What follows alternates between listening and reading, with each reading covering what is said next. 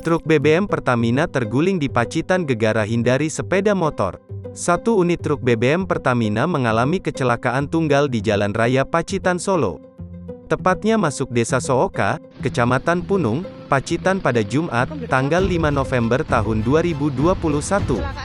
Pengemudi truk bernomor polisi B9503 TEI yang bernama Karno Sri Samiono selamat. Warga Kelurahan Prambanan, Kecamatan Banaran, Boyolali tersebut hanya mengalami luka ringan.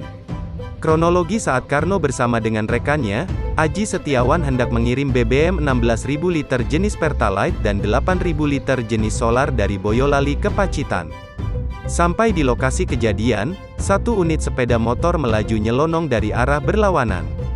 Untuk menghindari tabrakan, Karno banting setir ke kiri, hingga akhirnya membuat laju truk oleng kemudian terguling.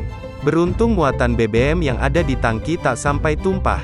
Namun demikian, bagian kemudi dan depan truk ringsek. Sementara, pengemudi sepeda motor yang diduga menjadi pemicu kecelakaan tunggal tersebut kabur. Sopir kaget ketika ada motor nyelonong mendadak dari arah berlawanan. Dia coba menghindar, tapi truk malah terguling, kata Kanit Laka Lantas Polres Pacitan Ibda Abdul Holik, Jumat, tanggal 5 November tahun 2021, lalu. Saat ini kasus kecelakaan tunggal itu tengah ditangani unit Laka Lantas Polres Pacitan. Sedangkan, proses evakuasi badan truk BBM tersebut dari bahu jalan melibatkan petugas pemadam kebakaran.